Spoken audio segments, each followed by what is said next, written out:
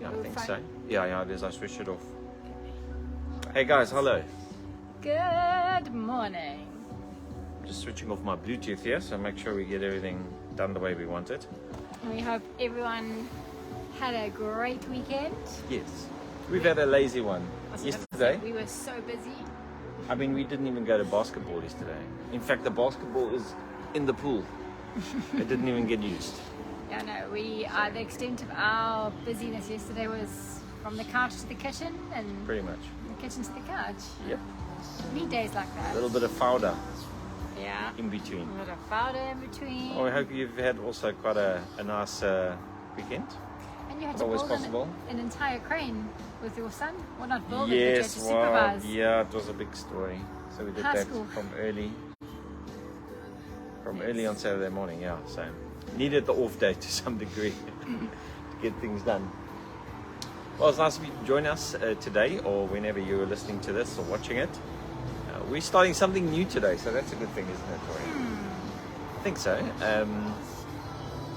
The series on love was, to me, very important, and I think some things were said that needed to be said, and I'm just hoping people could learn and grow from it. Yeah. Don't really even expect people to accept our viewpoint 100%. That's not why we're here. We're just here to make sure people keep their minds open to what is out there, And that we stay open as well. yeah, we need to stay open to change. So in some ways, today is exactly about that, and our new series we're starting today is called Jesus the Disruptor. Now, disrupting used to be a bad thing. You know, when you're sleeping, often in nap, you get disrupted by your kids or interrupted. When you're trying to have a talk, a chat. Yeah. But to be a disruptor has become something else in the modern age, or not in the modern age, lately. Yeah. So disruptors are those who enter their field of business and cause a big upstate and become very successful because they do that. And they do things differently. Like swimming upstream. Swimming Everyone's upstream, going yeah, the to same- some degree, yeah. So this is our little new series that we're going to be starting this morning. Is that Jesus the Disruptor, and we're not sure how long this will go, but it'll go until we feel like what needed to be said has been said. So it's going to be very loosely based on something we did, and I'm not sure we've done it online, but we have done it in churches called the 3 temple visits of Jesus. But this will be a lot more elaborate, and it will be just a little bit more comprehensive. And my main goal with this is to really make it part of today's life, and to make sure that we realize that the Spirit of Jesus is not stuck in 2000. It is not stuck 2,000 years ago, right? Yeah. If I read the Bible right, the Spirit of Jesus, also called the Spirit of the Son, or the very Spirit of God, is within people, and that is that which leads us in all truth. And teaches us about God and so on. And so we should never look at that as something that happened 2,000 years ago. It's very much a reality for today. Yeah. And if we say the Spirit of Jesus lives within us, we need to go see what the Spirit of Jesus was like. We're not talking a spirit in terms of metaphysics so much as like a spirit hanging somewhere, but we're talking about the things that were important to Jesus, the character of Jesus, what he was against, what he was for, etc. So that spirit, that same idea, those same ideals, maybe principles, that in that way continues today, and it continues in our lives. By that, what we call from the New Testament, the indwelling of the Spirit of God within us. Right, so we're going to be going to the book of Mark. Now, we did a whole thing on the book of Mark a while ago. Yeah. And I was just absolutely captivated by a new way of looking through the book of Mark for the reasons which I've mentioned very previously, and I'm going to just briefly mention them today again, that we understand Mark to be a very early gospel, probably the first gospel. Also the one that Matthew and Luke used to write their gospels of about 30 years later, after Mark. And then we know John is just John's from a completely different planet if you compare it to Mark. But what is interesting and important about Mark is that because it is the first, it is something which we need to put our minds to. The other thing I would like to mention today, and I know that we don't always think like this, but this is something I've been going through and something I've been really considering, is that the reason we have more than one gospel is not because they all said the same thing. If they said the same thing, we wouldn't need three Gospels. Yeah. It's synoptic Gospels, Mark, Matthew, Luke. But it is in fact because all three of them give us a different viewpoint of Jesus' life and give us a different emphasis of his life. And that's why we keep all three. Otherwise, we just chuck the other two out. Matthew, Mark, and Luke have very different vantage points. They sometimes tell the stories differently. Their chronology is sometimes not the same. And Mark is so weird. You know, Mark is so weird that it doesn't even start with the birth of Jesus. Mark doesn't even mention a virgin birth story. It's just at his baptism, bam, there he is. He gets baptized, the Spirit of God comes upon him, and there he goes, straight into the wilderness, and he gets tempted. Like Matthew starts with genealogies. Matthew's got stories about the birth that we still, you know, when it's Christmas, we start thinking about these things. Mark is like, I don't know. It's not that important, I guess. I'm not sure why Mark would have left it out. To the chase. Especially because he's the first guy writing, or the first is, you know, we're not sure Mark wrote Mark actually, but the writer of Mark. So Mark is strange in that sense. It seems so condensed. And I think this is where the value of Mark actually lies, is that he, for instance, and this is where we're going to focus today, we're going to be looking at Mark 1 today, the first chapter of the book of Mark. There's 5 times that Jesus says something in the first book of Mark. And it's on different occasions, under different circumstances. But starting to realize that each writer of the gospel is actually trying to emphasize a view of Jesus that was important to them, I started thinking, but why these 5 portions? Why are these 5 portions so important in the first book of Mark? And that's kind of where I started realizing that what Mark seems to be emphasizing in the first chapter is the fact that Jesus comes to bring change. Change to people, change to the religious system, change to the average person. And it seems like that's kind of at the heart of what Mark does. So we're going to get going. I'm going to get into our notes here. So we're going to have a look at these 5 sayings that pops up. The first one comes in Mark 1 verse 15, very, very well known. Let me read it for you quickly. Jesus says, the time has come. This is now after he's gone to baptized. He's been baptized and he's gone to be tempted, right? So he comes out to Galilee and he starts preaching what Mark calls the gospel of the kingdom. And this is what he says in Mark 1 verse 15. He says, the time is fulfilled. Time is up, right? So it's crucial. He says, and the kingdom of God is at hand, right? It's here, right? It's right at hand, right? Yeah. Repent. Now, repentance means to change. The word literally means to turn around. So there's change involved, and believe the gospel. The word believe here is the word we have for faith, which simply means trust, and gospel means the good news. So there's 4 elements in this little portion that really stands out to me. It's time. Yeah. God is doing something. You need to change, and you need to trust all of this. So I put it in my own words. It'll sound something like this, and I'm reading it kind of back to front to just insert a little bit of a shock into the system, so we listen again. So it might sound something like this: trust that the change you need to embrace is good for you. It's time for God's way. Okay, this is just another way of saying it. And I think sometimes we get so caught, we've heard this so much, there's so many connotations to what this is that we kind of lose the gist of it. We definitely lose it for our lives and for today and for tomorrow, and we think of ancient times, right? Second way of maybe putting it is something like this: trust this imminent process of change from God. Embrace it because it's going to be good for you, right? It sounds a bit like what the message might be sounding like. But for me, it's a very simple thing that Mark records. And he only records this little portion here as Jesus comes up. I'm sure Jesus said way more than this. Yeah. But Mark is like, this is what you need to know. It's time for change, and you need to trust God. And I think this is not only very important for our lives, but I think in those times, this idea was really at the center of what was going on. Because Jesus went around and touched, every life he touched, he changed. People needed to trust that change because it was from God.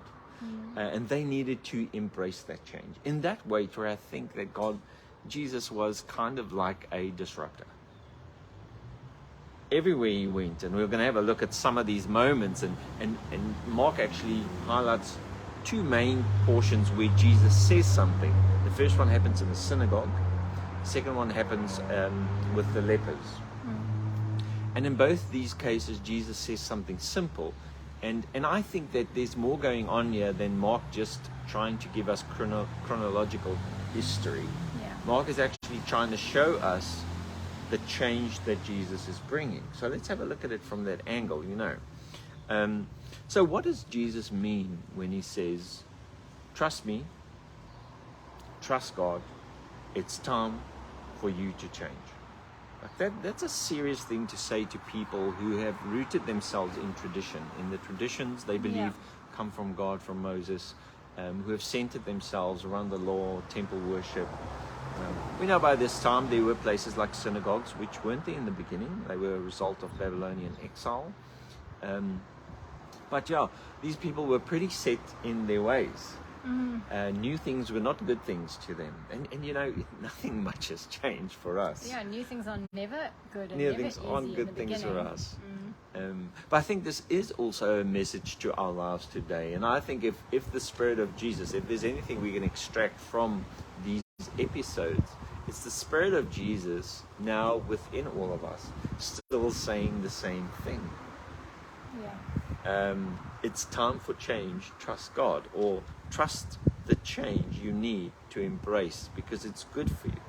It's time for God's way, or trust the imminent process of change that comes from God. Embrace it because it is good news. It's good for you. So let's have a look at the first, it seems like an example of change that Mark writes about. I'm not going to read all of this. But the first one is when Jesus starts calling disciples. And this is found in verse 17 of the first chapter of Mark. He starts calling disciples. And what do we find at the center of these calls is, Mark records like one sentence. Right? In Matthew, in the other places, there's so much to read about and to find. But Mark's one sentence, and here's the sentence: come after me, I will make you to become fishers of men. So here again, what we find at the center of this little portion is exactly change. It's change. I might need those rocks. Yeah, okay, that might help. Yeah, thanks. At the center of this really also is change. Yeah. The fact that he says, he doesn't say, come, let's go have a party, or come, let's go for a walk. At the center of the call is, come, I'm going to make you. This word make, Strong's Concordance gives alternatives for this word to help us understand it better. And here it is understood to be, I'm going to produce you. You'll understand music production. I'm going to construct you, like a building project. I'm going to form you, like pottery, which is a very popular theme in the scriptures. Or I'm going to prepare you. So the requirement for following Jesus is you will have to embrace the change.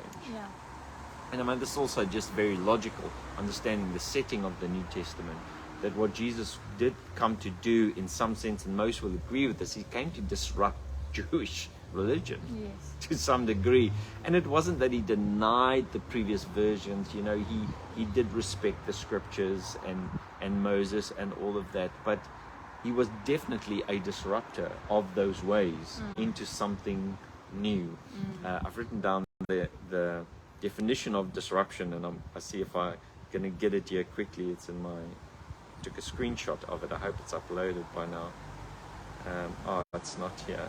Oh yes, it is. So a disruptor kind of means this. For Oxford Dictionary, it's a person or a thing that interrupts an event or an ongoing event or activity or a process by causing a disturbance or by causing a problem. And I see Jesus did exactly this. Sure. He was always causing problems. Why can't we just carry on like we've always carried on? No, he has to come and create a problem. In biology, and maybe this is also a nice way to think of a disruptor. In biology, a disruptor is a thing that interferes with or significantly alters the structure or the function of a biological molecule such as a gene or a hormone, right? So in biology, a disruptor is something that comes to disrupt the normal function or the structure of genes. So in that sense, I mean, it's a stretch, but it's a way of thinking about it. Jesus came to change religious genes. Yeah. It's been going on in a certain way for a very long time. And at this point, he was the biological disruptor to the religious genome. That's what's going on here. He is an interjection. He is an abnormality. He's a problem. And eventually we know what they did with this problem. They got rid of it. Yeah. Well, they thought they got rid of it, but it wasn't quite that easy. So the point from Mark 1:17, which is the first example of the change Jesus is calling for, is that there's really not going to be any genuine following of Jesus unless there's going to be changed. In other words, a following of Jesus is never going to leave us unchanged. And I know what we do with this as Christians. We say, yes, of course, it was 1953, there in the school, all there, my life was changed. I love you, and I think you're very cute, but the actual change of your life does not happen in that moment. Yeah. The actual change of your life is when you get home and you still find yourself responding in anger when you should be responding in peace. That's where the real change takes place. I understand what we mean when we point back to 1976 in the school or somewhere. But the real life changing is the process of walking now with the Spirit of God, or the Spirit of Jesus. It's a turn. It's a turn, but the actual change takes place over time. And it doesn't happen in church. It happens when you fail at home. It happens when you have to come face to face with your failures and with your shortcomings. So when we have arrived at a place of zero change, we can almost certainly conclude that we have stopped following. That's a sobering thought. Yeah. That if we as Christians, followers of Jesus, have come to a place in our life where we really don't feel like much change is necessary, we've actually come to a place that we've stopped following. See, the difference, I think, for me is there's a difference between being a believer and a follower, because I don't think you're going to follow unless you believe. Right? Yeah. In order to follow something, you need to trust it to some degree. But it is possible to believe something without following it. Yes. It is possible to have a set of dogmatic ideas about Jesus and to believe, well, I believe, Franz, what do you mean? I believe Jesus is the way, the truth, and the life. I believe Jesus is the Son of God. I believe Jesus is God. I believe He died, He was resurrected. I believe He carried my sins. Awesome. But are you following? Because that's not the same thing. Yes. Jesus didn't go around making believers. Jesus went making followers. And that's what the disciples were. They were actual followers. And in this first call that Mark condenses into basically one sentence, the just is this: follow me because I'm going to change you. And so I believe that spirit needs to be within us still today. Yes. If we are followers of Jesus and not just believers that He existed and X, Y, Z, if we truly are still followers of the Spirit of Jesus that now resides within us, we should be changing. There should be change.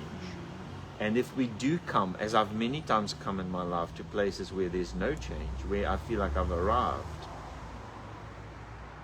I now look back on those moments and I realize that's when I listened the least.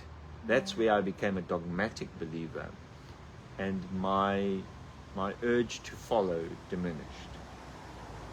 Okay, we'll say a little bit more about that as we go on. So, to be a follower is costly. To be a believer, you can believe a lot of things up in your head. But to be a follower is going to cost us something, because it requires change. Yeah. Which is not easy. No, change is of course very hard. Okay, so that's the first example of Mark kind of giving us an example of what Jesus meant, this is my opinion, by Him saying it's time for change. God's going to do something beautiful. Trust the process. It's going to be good for you. All right. Okay, so that's a general statement. What does it mean? Well, for John, James, Peter, it meant this. Leave what you're busy with and come with me. I'm going to form you. I'm going to construct you. I'm going to produce you into something beautiful. Okay. The second one is found in Mark 1 verse 25. And so this is for me the real interesting one. Jesus enters Capernaum and he goes to a synagogue. As we said earlier, synagogues really a result of Babylonian exile. It's a place where people got together to pray, to read the scriptures. It was a religious place. And so what's going on in the synagogue is Jewish religion. Yeah. Right? Okay. So what happens is Jesus starts teaching in one of these places. And it seems like he causes a disruption. It seems like what he said is not accepted because it gets so bad that Mark's version of the story goes like this. A demon started manifesting in one of the synagogueans. That's my own word, I'm creating it today.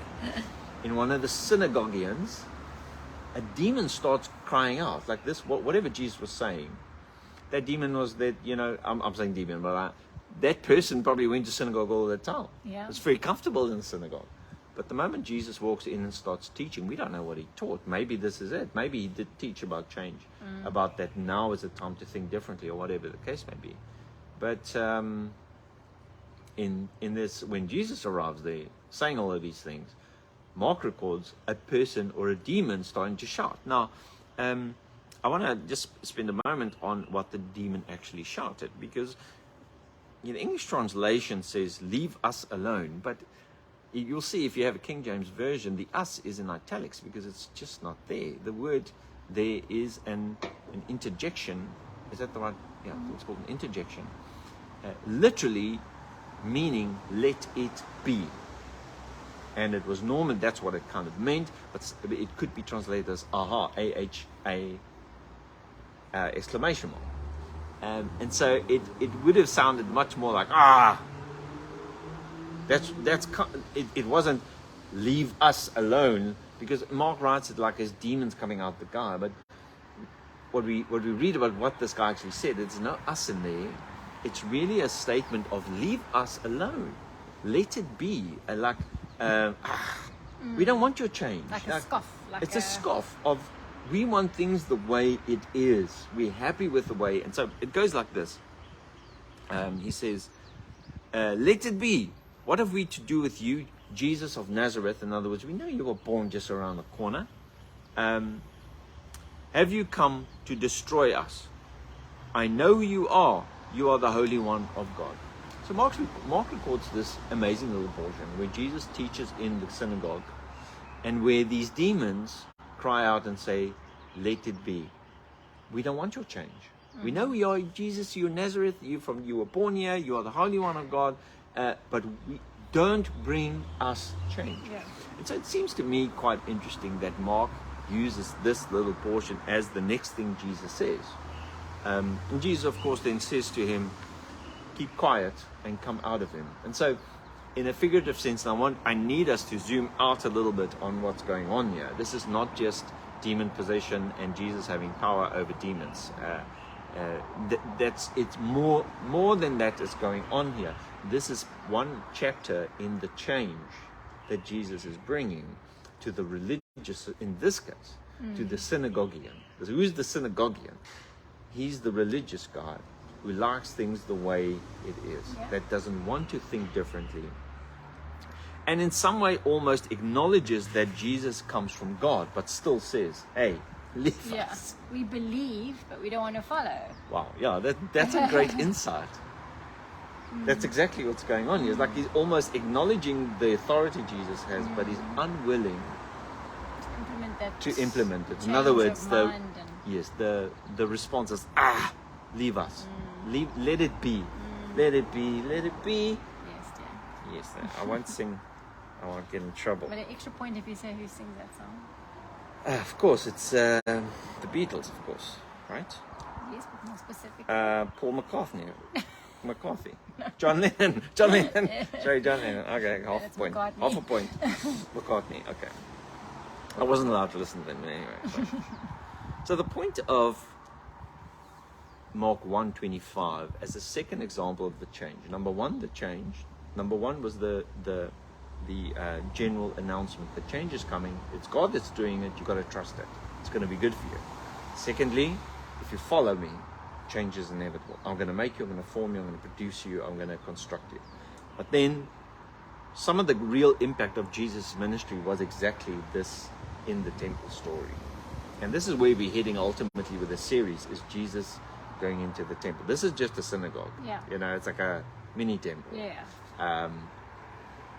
And in this mini temple, the religious order cries out, let it be, we don't want the change.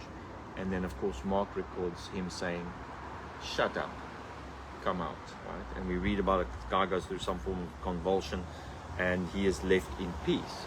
Okay, so that's quite interesting. So we move on to the next one, which is in Mark 1, verse 38. And this one is not an example of change, but it's basically Jesus saying, well, I have come and I need to go into all the other portions. I need to go to the other towns because I've got to go say some stuff there as well, right? So we get to the next example of change, which is found in verse 41. This time it's a leper. And before I get into the leper, I just want you to just keep this in mind. The differences between the leper and the synagoguean. Because at the core of both these things is cleanness. And it's the same Greek word. So there's a leper. Now lepers, according to the law, they can't touch anyone. They have to be outside the city. Laws, many laws of purity, etc. They can't do that. Anyway, they're outcasts. They the absolute marginalized,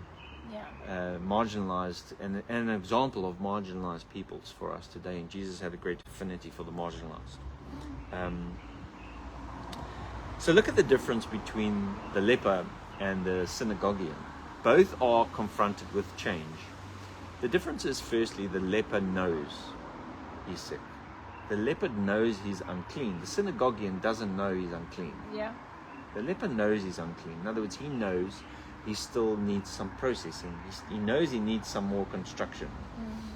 He recognizes his own uncleanness. And I would put this down to what Jesus would later possibly point to, being spiritual, to be poor in spirit. This is how I understand poor in spirit. I understand it as someone who is able to recognize his own uncleanness. I'm not really talking here about moral uncleanness. I don't think that's really what it could include that, but it's more than that. It's about knowing that my life is in need of change. I, as a person, I'm in need of change. My views are in need of change. It's a humble position, and it's the position of the leper. Now, none of us want to identify with leprosy. It's a horrible thing.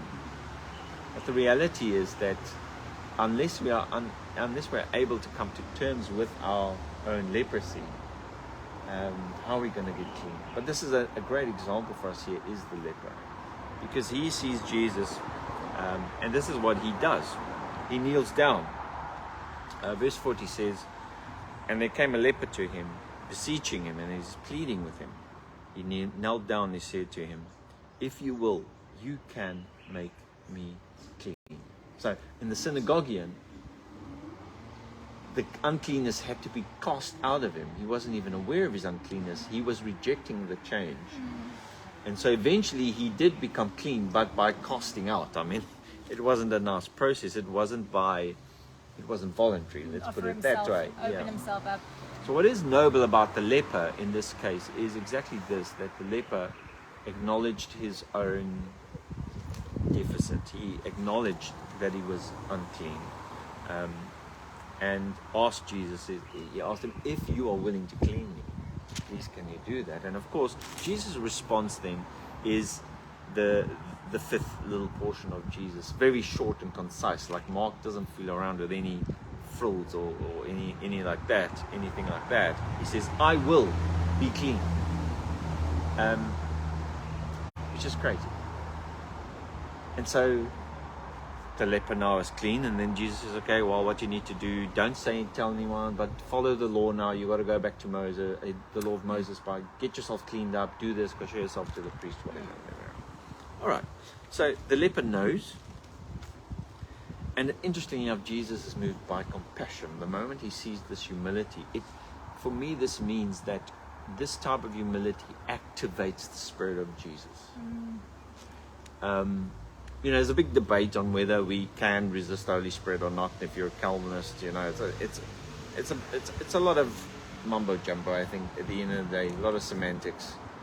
I think that at the end of the day, God wants to co-labor with people who want Him. Yeah. God wants to work with people who invite Him. I know we believe God is sovereign in that sense, but I don't think He forces anyone into anything. It's just not my view of things. So I think that what is beautiful here is that what you get as the synagoguean is not what you get as the leper. As the leper, there's a compassion that gets activated, that fulfills that desire to be processed, to be constructed, and to be formed. Reminds me of the lady, and I think the other day we watched that scene on The Chosen where the lady with the issue of blood, and it just made it so real, and how she risked, she had to humble herself out going out in public and reaching for him, and the compassion that rose up within him was so beautiful to see played out. I think this is very much the same thing, because lepers are also treated like that. They're always camping outside, and it is a risk for them to come forward and engage. It's courage. And that's what that's what catches his attention. And he responds with compassion. So humility is exactly that quality that never pronounces itself clean. There's one thing I've become quite aware of in my later years, with the years where the grey hair started coming out, that pronouncing yourself clean, metaphorically, is actually it's the dumbest place you can ever find yourself in. And the best place, the place for the most potential change, is the recognition of leprosy. And this is not to think of yourself less than what you should, and shame, poor me. That's not what I'm talking about. But it comes back to that poor in spirit. Yeah, the poor in spirit attitude of saying, God, change me, for me, change my mind, change my life. I don't know everything. I haven't arrived. I'm not perfect. I think that's kind of what it boils down to. And so, in the converse is this: that pride is exactly the quality that assumes itself clean, without need for any cleansing. And we've all had that in our lives. But the point that Mark is making is Jesus is coming to clean things out. Like he's, when you've fallen on tar and you've got a roasty and it's ugly and it's septic and it needs healing, but you know what needs to happen first. You know what's going to happen. Your dad's coming with the Dettol and some abrasive material, and he's going to clean out that wound, because that's the only way that wound is ultimately going to be healing. And so you can see him as the enemy in those moments. My kids have definitely seen me as the enemy in those moments when you're coming with the Dettol. But the reality, I think, is that the Spirit of Jesus is exactly that Spirit of God. It's the Spirit of God, but its characteristic is it is the helper, if you want to say, that is close and that has the Dettol in its hand, and that does not come to just zimzalabim change things, but actually comes to clean the wound, which sometimes actually brings a lot of suffering with that, in realizing that we have to clean this thing out. And I think Mark is trying to make us attentive on this, that Jesus came for change, and that was absolutely inevitable. It was going to happen in the synagogues, in the religious system, and it was going to happen in the marginalised, and it was going to happen in the average person. Overall message of the Gospels, really, to some degree, and here emphasized by Mark, is the time is now. Get ready for change. This is God that brings the change, and it's going to be good news. You have to trust this process. You've got to trust your dad when he brings the Dettol, Yeah. basically. So I just want to say one or two things before we summarize and end up today. I think just from a today perspective, you know, there's a verse in the Old Testament that says that we understand the glory of God because the heavens declare it, right? The ancient peoples believed that their understanding of the cosmos was one of the things that helped them understand God, right? And this is, I believe, to be true, but I believe it's also true today. And the tricky part is that our cosmos does not look like the ancient cosmos. It looks different. Today we know a little bit more about what's going on up there. Stars aren't just little lights hanging somewhere. These are balls of fire that have been produced over billions of years, and they are in process. They're busy changing. They're still busy forming the stuff up there that we humans are made of. The point I'm trying to make, and I don't want to give a cosmology lesson here. I'm not even equipped to do that. But are you saying that even our universe is constantly changing, and so that's how God? I'm saying, like, yes. I mean, it's quite obvious to anyone. So at every level, it's us that's constantly changing. Change is how this universe works. Out. So if you can zoom out, if we could, makes us look really small as humans. But the point is that this universe that God has given us, and we believe God has given it to us, right? The more we learn about it, the more we realize it's not static at all. It's just not static. Me and you, we come from an age, we come from what they call a Newtonian age, which means that our modern ideas are formed by Newtonian physics, which formulas that work everywhere. We now know they don't work everywhere. They work in certain places. It just so happens that the formulas we discovered works for us. Oh, that's great, but that's also obvious. But if you take those formulas to other parts of our universe, they just don't work. The point being this, that change and the constant change of the reality God has given us is being confirmed by the heavens that declare the glory of God. The point of all of this is it seems to be more and more likely that us as humanity, and even in our ideas about God, we cannot become completely stationary. But it seems to me like the Spirit of God keeps on calling to us, even through nature, which is a very biblical thing, and also through the unction within ourselves. God is constantly calling us into change, constantly disrupting the ways we think we understand.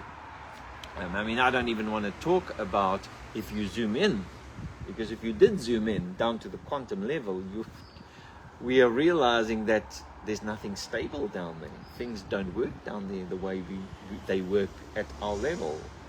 It's really, really weird down there. It's uncertain down there. Things don't operate by the principles me and you build reality upon. You don't know what I'm talking about. I mean quantum level. Oh, and this is not a science lecture, but quantum level is, you know about atoms and neutrons and all that. So even those units are made up of smaller units, quarks, and there's many types. And what? There's many types, and these particles we've been investigating for kind of since the time of Einstein, but they don't operate like normal life. When you look at them, they act differently than when you don't. All right. Right. They can be, if you split one of them and you remove them 30 kilometers from each other, they're still connected, faster than the speed of light. How does that work? We don't know. We don't know how any of this actually works. The point is, at the very zoomed out level of our reality and at the very zoomed in level of our reality, nothing stays the same. Uncertainty, problems. Disruption. Yes, and it seems like us as humans, we're only really becoming aware of that now. And the point is that we got to reevaluate who God is in light of that, because His handiwork tells us something about Him. Anyway, so change is the only constant, and we hear that on a psychological level, but this is true biologically, cosmologically.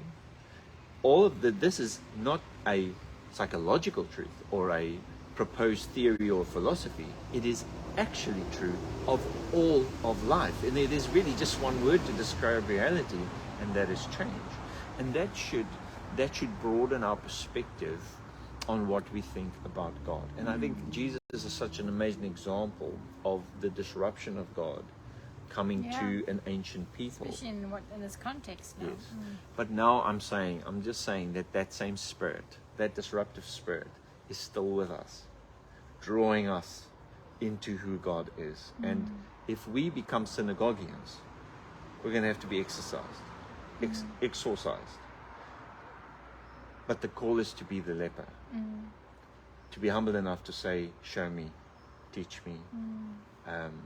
And Jesus, I think, referred to that by saying that sometimes our traditions make the mind, the logos of God, of absolutely no effect.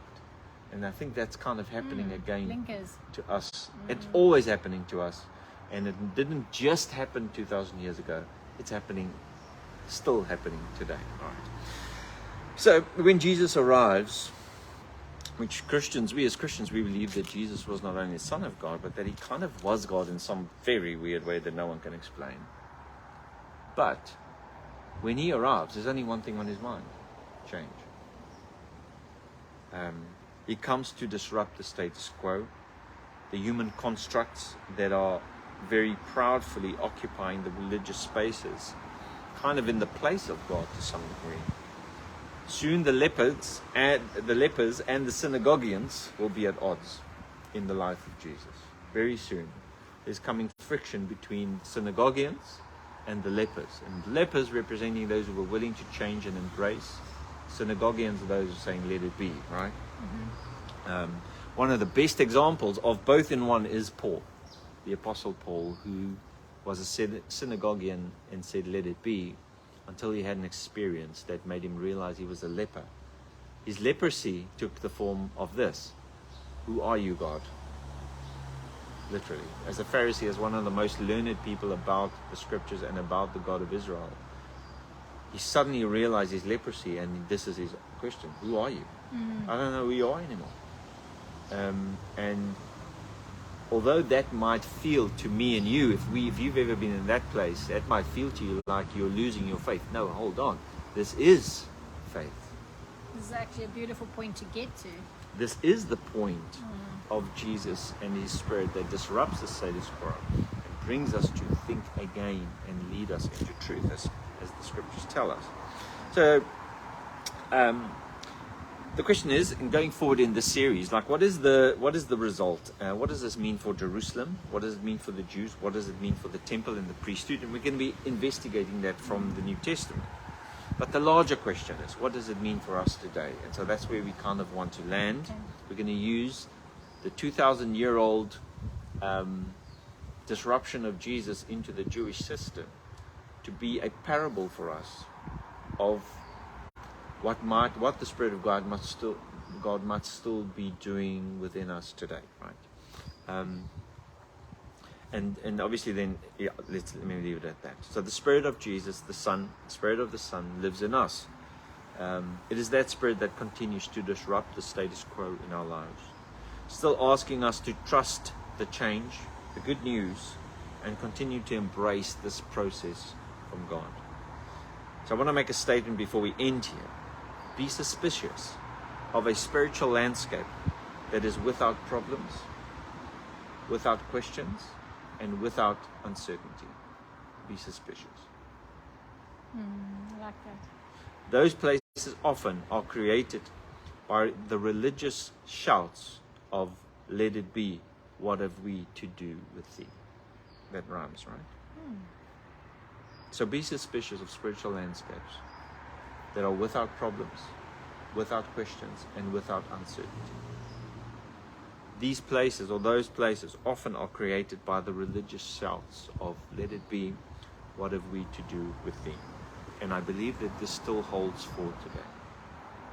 Learn then, in opposite, to embrace a spiritual landscape of disruption, of problems, change, uncertainty, because there, although it might feel like you're a leper, there is the cleansing spirit of Jesus.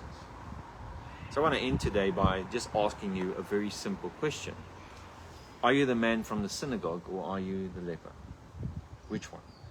Oh, what am I? What are you? How do you approach these things? And that's something only we ourselves can really answer. You have to go think. So next week we'll be going a little bit further along this road in the series called Jesus the Disruptor. Thank you so much for being with us, and we hope to see you again next week. Have a great week. Yeah. Cheers, guys. Bye.